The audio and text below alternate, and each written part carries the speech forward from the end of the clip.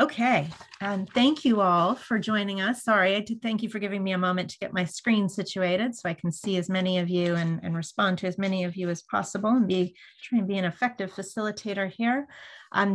Thank you for joining the Government Operations and Climate Resilience Land Use Breakout Group. We welcome you here. I'm Jen Cotting. I'm Director of the Environmental Finance Center. I will be your lead facilitator for the day, for the breakout session. We've had a day already, haven't we? I have the good fortune of having a whole team here in the room to be helpful. Sean Bell, who is a recent and proud graduate of Frederick Douglass High School, will be co-facilitating on some of the slides with me. He's headed to Townsend this fall, so congratulations, Sean. We have Mary Abe from the Department of the Environment, who will be our tireless note taker to make sure that we're capturing all of the wonderful thoughts that you have. We also have Council Member Tom Junyoga joining us from Prince George's County Council. So thank you so much, sir, for joining this session. And we are here more than anything else. And just a moment, let me make sure we are recording. Oh, Mary, you must have beat me to it. We are recording. Thank you so much. Thank you for joining the room. We are here to share a little bit of information with you about where we are, what the county is up to. Thank you for the next slide. We are, more than anything else, though, wanting to hear from you. We are here in listen and absorb mode. So I'm going to go through the snapshot of where we are kind of quickly here. Looking, as we all know, taking action on climate is going to provide all kinds of different kinds of benefits. We take a lot of these steps to protect and restore our environment, but the benefits don't stop there. There are human health benefits like more physical activity, more time with nature. I mean, we certainly found out during COVID more than ever how important it is to have green space and access to safe outdoor spaces for both our physical and mental well-being. And climate actions can also be good for our local economies. They reduce energy use, they encourage buying local, and they help demonstrate to funders and lending institutions that we're a resilient community, and we're really paying attention to the important things that need to be done. Next slide, please. And the county is certainly no stranger to taking important steps forward on these issues. There's some bullet points here that talk about some of the activities that are going on. There are government-led initiatives. There are actions being taken by municipalities, homeowners associations, businesses, community organizations. The county's really leading by example by incorporating climate actions into planning and long-term planning, the current zoning rewrite. There are housing and energy initiatives that are underway.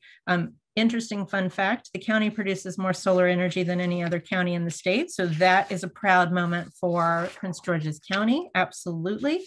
Next slide, please, Mary.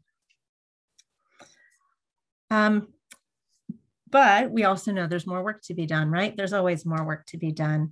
At the Prince George's County Climate Action Commission has been working really hard over the past 6 months to listen and learn to technical experts, to county residents, to engage stakeholders, really with an effort to make sure that whatever the plan looks like, it is a reflection of expertise and county needs. So the actions specific to government operations and land use, the recommendations that have come forward so far include expanding county capacity to be able to take on what needs to be done, fitting climate action into budgeting and procurement and capital improvement planning processes, making sure we're tracking progress and measuring progress in a way that's really transparent so we can all hold ourselves accountable. Looking at our land use policies and our codes and ordinances to make sure that we're taking care of to leverage every opportunity to build smarter and to build greener.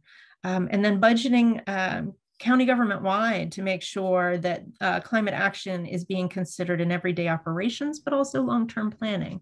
So those are some of the recommendations that have come to the surface to this point. Next slide, please. And that gives you sort of a, sort of a snapshot I suppose through a fire hose. I went a little quickly, but really we want to hear, you guys don't need to hear from me. We really want to hear from you all. So we'd like to start in on a visualization exercise. And so for the next few slides where we'll be capturing your thoughts, or as you put your thoughts into the chat, if we could be thinking about what would Prince George's County government operations and land use practices look like if it were climate friendly and resilient? What sorts of things need to be changed? Who should be involved in that? Who already is involved? What sorts of things are they doing? What would success look like? These are all really important sort of elements of the discussion that I'd like you to sort of start kicking around in your head.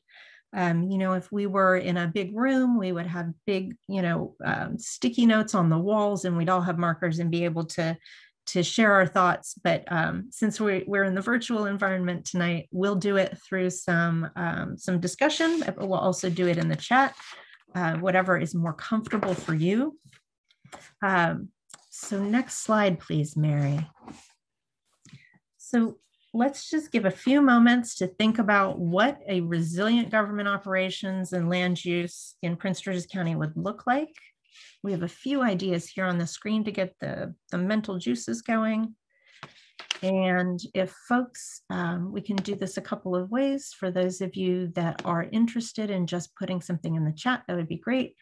If you want to put your hands up to share your thoughts, I see a few of you have done that already. You can also raise your hand and I will take you in the order in which I see you. First up is Joseph Jakuda. Hopefully I have pronounced your last name right, sir. You did, ma'am. Thank you so much. So to answer the questions, the who would be the new director of climate action for the county. What? And this would be a cross-cutting position that directly reports to the county executive. When? Soon after finalization of this action plan.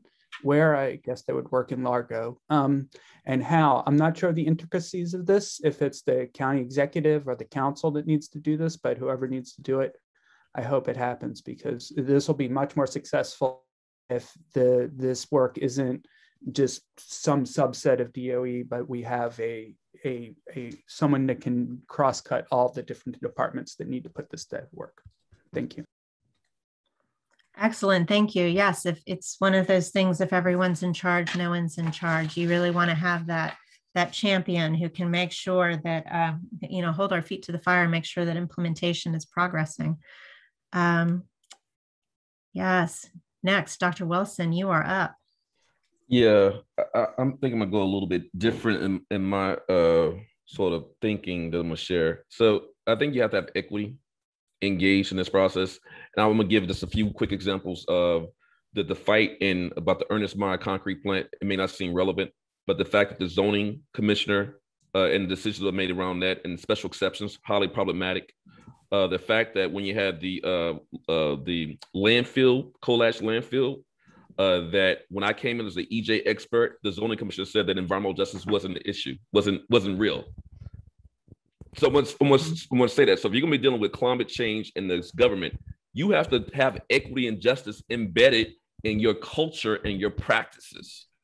If you have folks who don't believe that EJ is an issue, that equity is a problem, then you fundamentally cannot create a climate resilient government and have a plan that's implemented, that'll be fairly implemented. Because you got folks who are in office who don't believe in it. So that needs to be performance standards as it relates to the job performance of the employees, directors, and integrating, assessing how are you actually implementing this plan in regards to equity and justice focused on vulnerable populations.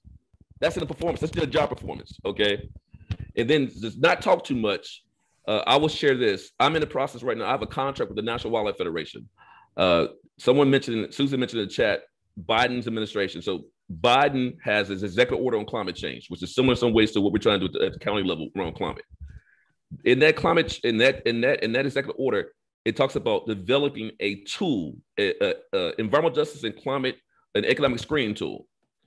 So my point is, do we have a tool available at the county level to track these programs, the dollars, right, and the investments, to understand what's the baseline and how we work as it relates to land use, as it relates to zoning, as it relates to inclusive zoning, as it relates to equitable zoning. So where's the system to track all this? Now, I'll give an example. The Transform Neighborhood program, it had no evaluation. Now, someone might push back and say, Dr. Wilson, we evaluated it. You didn't get any baseline data. So you cannot have any programs like this without baseline data. You cannot have a functioning government if you actually don't have data. We talk about science-based informing policy. Where's the data at? So I would say that you need to have some type of climate tool that both tracks the burdens, the perturbations, the impacts across the county, who's going to be impacted, and also where the dollars are going, and how those, and the return on investment in 4 buckets: economic, social, health, and environmental. So I can go on and on, but I want to say that National Wildlife Federation work that I'm doing, I can share what we're doing with this team because it's focused on developing that tool, the right kind of indicators that should be included, the baseline metrics, and also some of the financial tracking that should be included as well. So I'll stop there. Excellent. Thank you for your thoughts, Dr. Wilson. And I know I would be very interested to learn more about the work that you're doing with NWF. That would be great.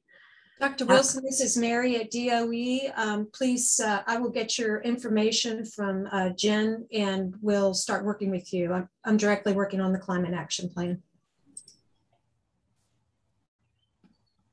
Oh, thank you. I was muted. Thank you. Yes, I would follow up. Sorry about that. Jen, can I address that real quick before Laura goes? Sure. I've questioned some of these points of park and planning in terms of the forest coverage, et cetera. They're tracking tree canopy, but they're not really tracking forests. So of all those parking lot trees, they're showing that they're doing a very good job of increasing canopy, but they're not doing anything to track the loss of forest, which is a different animal, but just so you're aware of that. And as you do know, the county council rejected Ernest Mayer, even if the hearing examiner had a different opinion. Thank you, Councilman Dernoga. But Councilman Dernoga, it talks about the fundamental flaws in the system. There's zoning, in the zoning and planning process, the HIA process, looking at public safety, health, and welfare.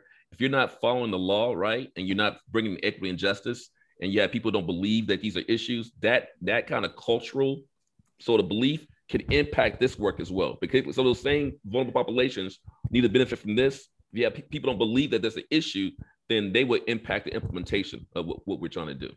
Please contact me. I've been fighting this for over 30 years. I'd love to talk to you. Yes, sir. All right, Laura Rosenthal, it's been quite some time since my path has crossed with yours, but it's lovely to see you here today. Did you want to share some thoughts? Yeah, mine is sort of straddling between this session and the last session that a lot of us were in the engagement, is that I really like the lead by example part. And I think for every project that the county is taking on, if they could develop like a module for how, so for example, if you're putting an electric vehicle charging station, somehow there would be a module of like, put an electric vehicle charging station at your business, at your school, at your faith community. And then also put an electric vehicle charging station in your home, like individual action. So individual action, group action, and then the county by example. So basically getting people more involved, not just giving them information, but encouraging them to actually like take up an idea and running with it in their community as a group, and having groups emulate what the county is doing when leading by example. I think there's so many projects that the county can be working on that there's no reason that the citizens can't be in parallel working on the same projects in their own communities. Great, thank you for that and for making those ties back to the community engagement conversation we were having in the earlier breakout. I appreciate that. Okay, any other, we're going to continue this conversation as we go from slide to slide and narrow our focus. Susan, would you like to provide some comment before we move to challenges and opportunities? Go for it. Yes, I would want to emphasize what I put in the chat was that, for example, with the maglev project and other transportation projects, as Mr. Dernoga knows very well, there's not enough input at the municipality, and Mayor James of Bladensburg is on here as well. There's not enough input at the drawing board level of these projects come from on high. They have already been on, they get money from the federal level, and they come down like, here it is, and we're presenting it to you, then you respond. There has to be a way to work in that municipalities and the county government they have a say in it at an earlier stage where they can really sort out many issues. I know, for example, Mayor James pointed out when they did a walkthrough of the area in the Port Towns area where there had been landfills, the developers of the maglev didn't even know that. I mean, there's a problem there, and if there's some way to be able to bring it down to the level of the people who know what's what, as things are more on the drawing board before it becomes a major issue that you're battling out later on. Thank you. Excellent. Thank you. Thank you for adding those comments. Okay, seeing no additional hands raised now. Thank you, Mary. Let's move, continue this conversation, but let's focus it in a little bit more on thinking about what the challenges are in taking the kinds of steps that we're talking about for, and I think we touched on some of these already, as we're thinking about government operations and land use and planning. You know, what are some of the challenges to taking the steps we need to take for our climate action planning? And what are folks concerned about? What are you worried about, either personally or as a community?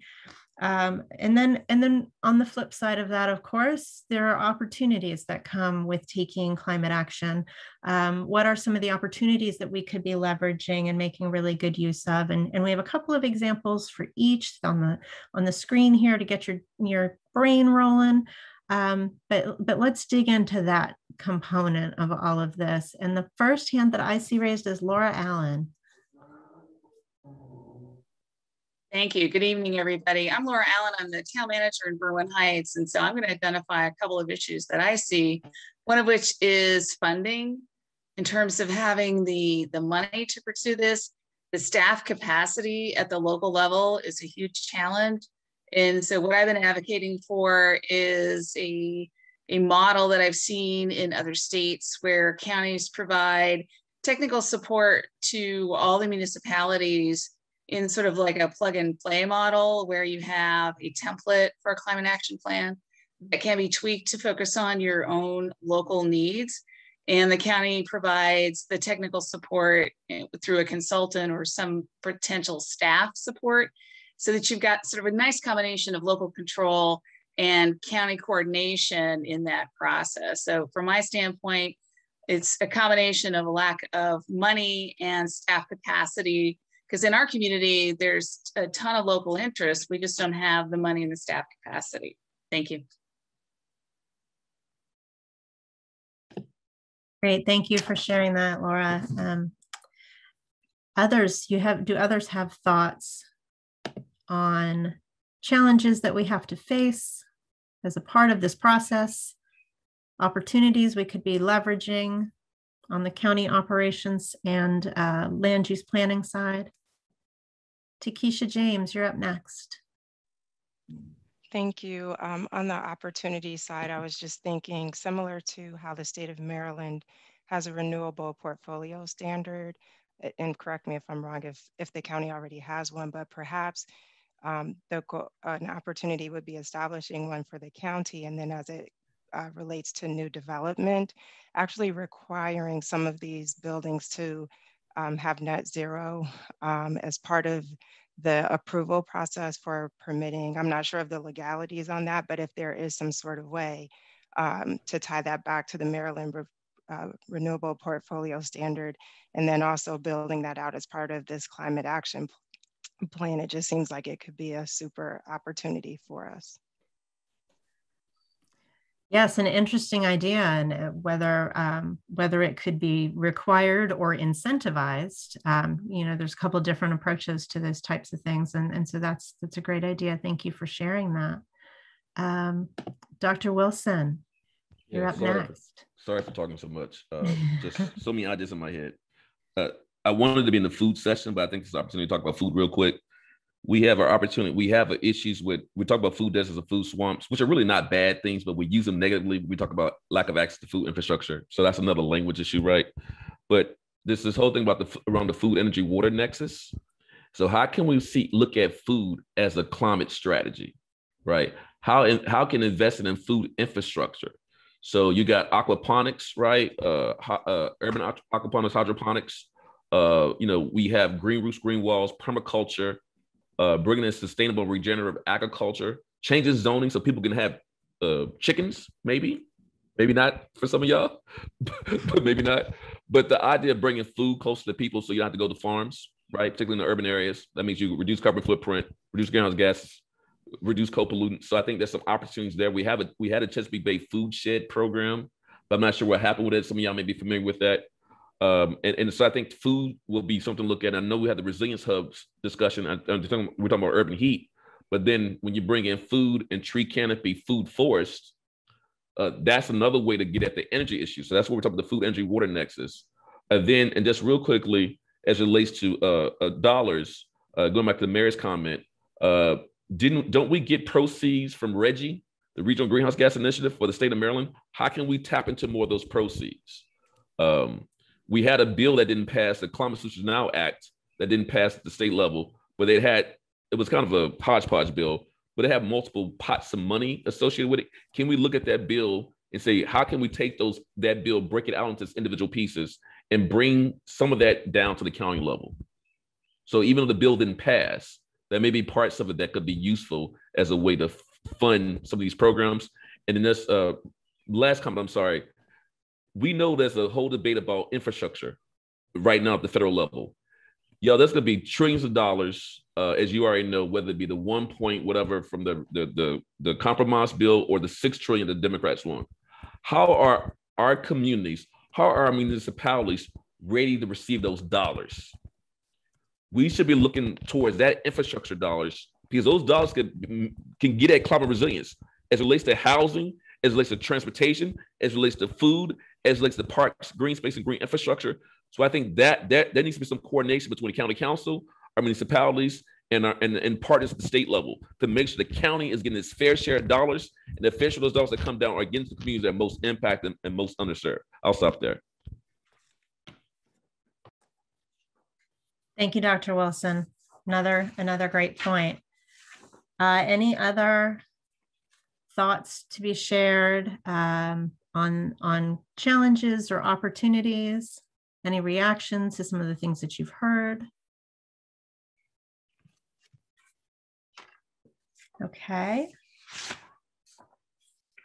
Hearing none, Mary, perhaps we can go to the next slide and we can get into a little more detail than we were able to earlier in thinking about, a really important part of the county's climate action planning is making sure that it's implemented in an equitable fashion, and making sure that any actions that are taken are benefiting everyone, including the underserved and the underrepresented, and making sure that actions that are taken are not overburdening those communities.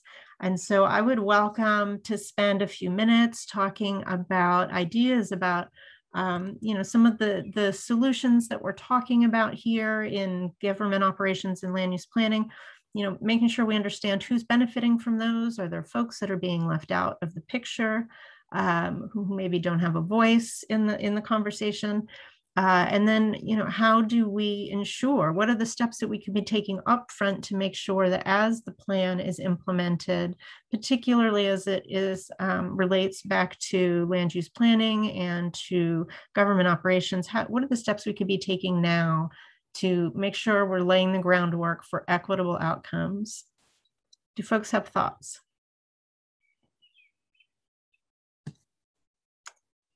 Susan, let's go with you first. I think you might still be muted, Susan. I feel like I'm talking too often, but in the burned and left out, as I mentioned in the last, burned are people. They're more likely to find information. Someone mentioned in the last one, newspapers, local ones are not available much anymore. A lot is online if they are. So people being left out of the conversation are often I'm not going to say older, but people not tied and not hooked in electronically on things. And those and also language, unless there's a special effort. I know the county is supposed to translate to different languages, but that people can be left out. And especially important, Port Towns is one of the areas, the EJ communities, just like the maglev and many things at the EJ communities are left out. You have to go where the people are. You have to make sure it's real to them, that they understand it affects them. And it's not just this lofty, that's one reason they're left out. We're sitting here talking lofty ideas, and that's wonderful, but there are a lot of people, they're going to just turn it off or not have the time. We have to make it something real, pointed, and get to them, and so that they are not burdened or left out. Because those communities are ignored. And I've had that said before. If you could put up a ventilation, 5-story ventilation building for the maglev here because there's an industrial park.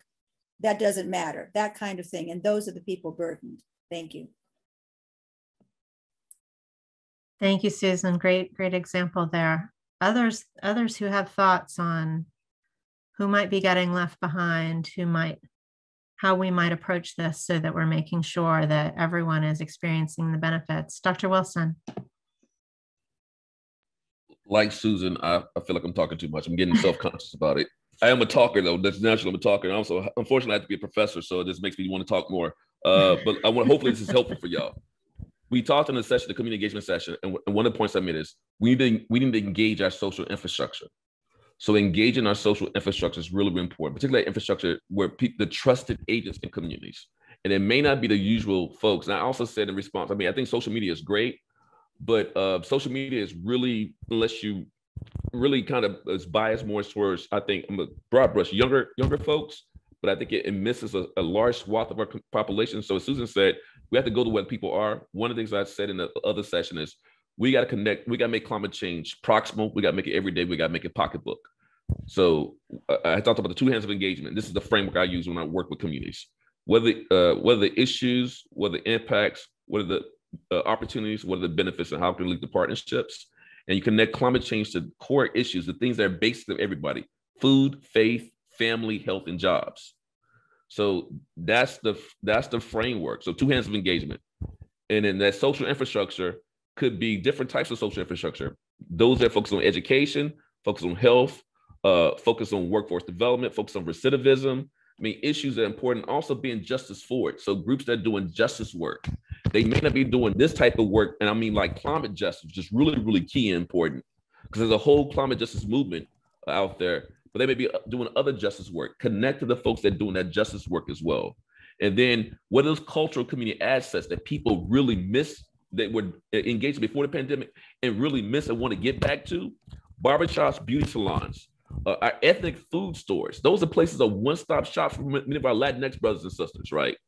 Faith-based engagement. You got the Green to Church campaign. You have Interfaith Power and Light. You have if those of you who are Catholic or have friends who are Catholic, the Pope's encyclical, there's already a place to start to engage them, because that encyclical talks about climate change, right? But it really talks more about engaging the poor, the least of these. It's really about engaging folks who are poor.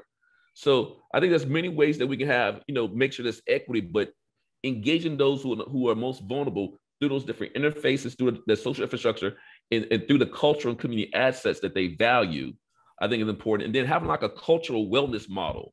You got to know who you're talking to, know in the audience, and know what resonates with them. And it can't be doom and gloom, woe is me, everything's over with, because people are already suffering.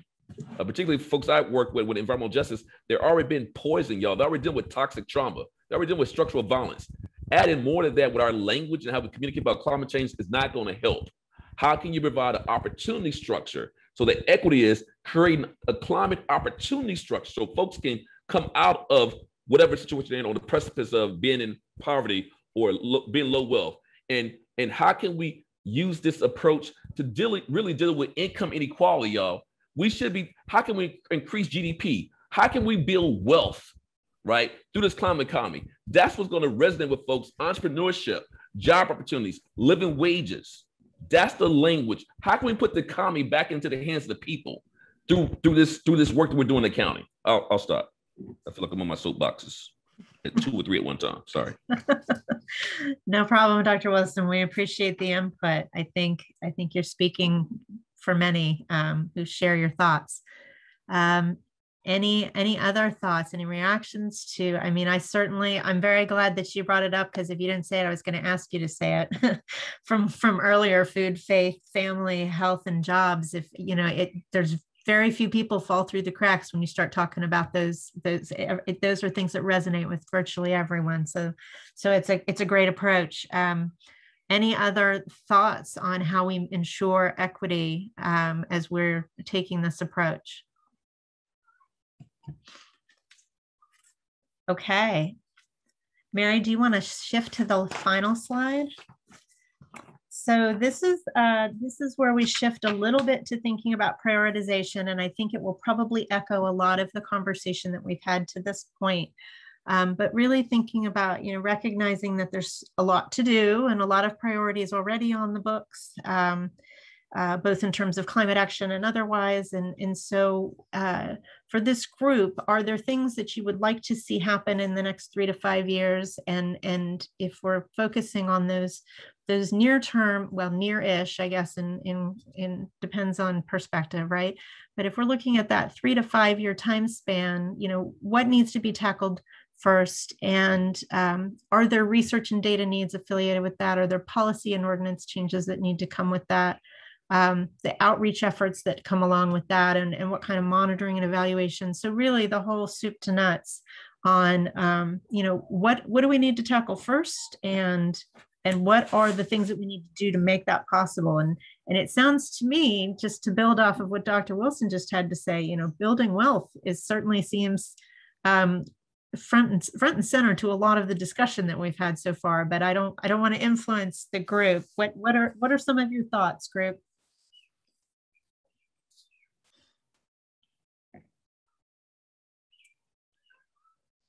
You can tell. Any hands? I don't see any hands up, but if someone would like to speak, I'd be happy to. I'd like to see more transparency in the land use process. I don't know exactly how it fits into this implementation section, but we're talking a lot in the chat and in the comments about problems with the land use process. And part of it is that so much of the public doesn't understand the process or how to approach it. And I hope that it's not being deliberately misused, but I highly suspect that, to achieve outcomes that benefit some of the richest people in the county and some of the richest people across the country, i.e. developers and folks like that. So we need to make it understood how folks can find out who needs to be contacted about it, find out what developments are coming up almost as soon as they happen, and what the process is going to be and what you can do, and explanations of all the different exceptions to the rules and everything else that's happened so much in Prince George's County. I believe that the lack of transparency is why so much development we're talking about in the chat has happened, because we don't know what's happening until it's too late, or after it's happened, or you see them chopping down the tree across the 100-year-old tree across the street from you. So I hope that can be captured somehow. Great, thank you for sharing that, Lily. I appreciate that. The next hand up is Takesha James. Yes, thank you. I think one measure of success in the next 3 to 5 years is we should all be able to see a difference in the look of our county.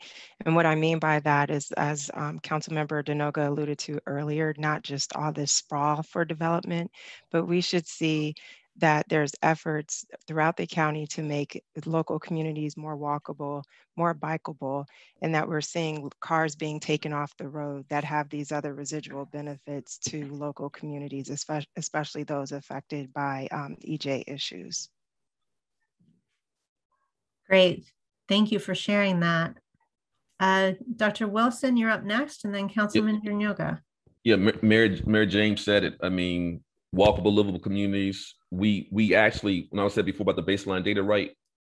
We have a monitor network in Chevrolet, Harper Local Air Quality Monitor Network in Chevrolet that's measuring particulate matter and temperature. We got a grant from the county, Councilman member Denoga, to add 50 more sensors for the whole county. We need more than that.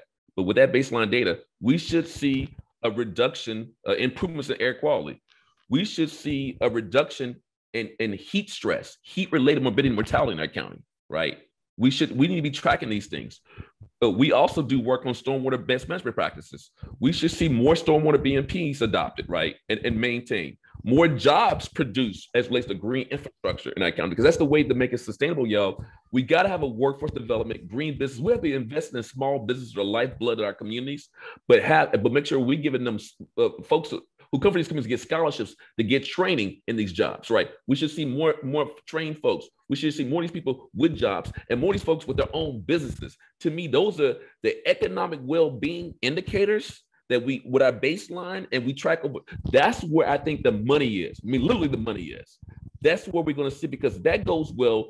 It's going to lead to social well-being. You're going to see improvements as it relates to environmental improvements, both in how we do our built environment, our lead and seed issues, energy efficiency, and also our natural environment, our ecosystems, and our amenities. So I think the economic part is where we need to focus and send more jobs, more businesses, more people who look like me, more Latinx brothers and sisters who have these jobs in these businesses, doing the work, doing the construction work, doing the stormwater work, doing the housing work, right? Making our communities more climate resilient. That's where I think we know we've had our impact. I'll stop because I'm preaching. Sorry. Great, John. Council member, please go ahead. That is so correct. I love that. But now I'm going to do something unwise and disagree with someone smarter than me, at least a little bit. One thing that I learned on the Metropolitan Air Quality Commission is, depending on which item you're talking about, a lot of our air pollution comes in from the Midwest, from the coal-fired power plants that they won't get rid of. So that's not everything, but the ozone in particular is a problem. But I didn't raise my hand for that. I wanted to talk real quick about the zoning. We've sprawled for 30, 40 years. We keep talking about building around metro stations, and the county makes an effort to get people to do that, but it's expensive. We don't compete very well with other jurisdictions because of the lack of positive revenue on the developer side. So while we incentivize or try to incentivize smart growth development, we allow any other development to occur without any impediments. And it's easier, cheaper, and more profitable. The zoning rewrite provides better tools for smart growth, but those same tools that you can use for smart growth apply across the county. So every strip shopping center in the county can convert to like 20 to 40 or 50 multifamily dwelling units. So you're going to see some of these older retail centers sprawled anywhere in the county turn into multifamily housing, which is then going to put people on the roads trying to get to wherever it is that they work. So there's a variety of sprawl measures put into the zoning rewrite, and Plan 2035 doesn't have any teeth it has good ideas, but once again, it allows sprawl. There's no impediment.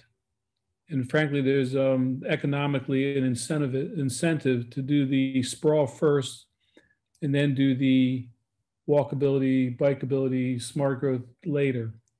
And that's a real problem. So when I'm looking 3 to 5 years down the road, we need to relook at the rewrite, relook at Plan 2035, start making decisions that are based on climate change, your greenhouse gas and carbon impacts.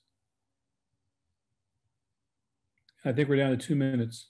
Yes, excellent. Thank you for sharing those thoughts. I think you're spot on in that some of these planning documents that are being re-examined are a real opportunity to institutionalize some of the things that we're talking about today. So thank you for sharing your thoughts. Any other final thoughts? We're just about wrapping up here, and I want to be respectful of your time and get you back to your Thursday evening. Any other final thoughts? Thank you very much for such a robust conversation in the chat that has been really, really great to watch. Dr. Wilson, I'm sorry. Could I say, I just want to put a plug out for our expert resident panel that we're going to be standing up in late July. And so the types of thoughts that we heard in this meeting would be critical if you guys, if there are people in this meeting that would be interested in joining that, it's going to take the blueprints and all your ideas and really try to take the climate action plan that we've got and take it even further. So I would encourage you to join that if you have the time. That's all. Oh, and just to add real quickly, the citizen science part, I think is really, really important. And I forgot to say earlier, we've actually developed, I think I said in the chat, we developed an app that we can train folks on, and I will put in the chat once we get back to the main room, that will allow residents to actually collect block level data that can be used to inform our mitigation and adaptation strategies at the block level. Okay, so I will put that in the chat. So that's another tool that we can share with residents and also county officials and help them move forward with this plan. Outstanding, thank you. That improves transparency.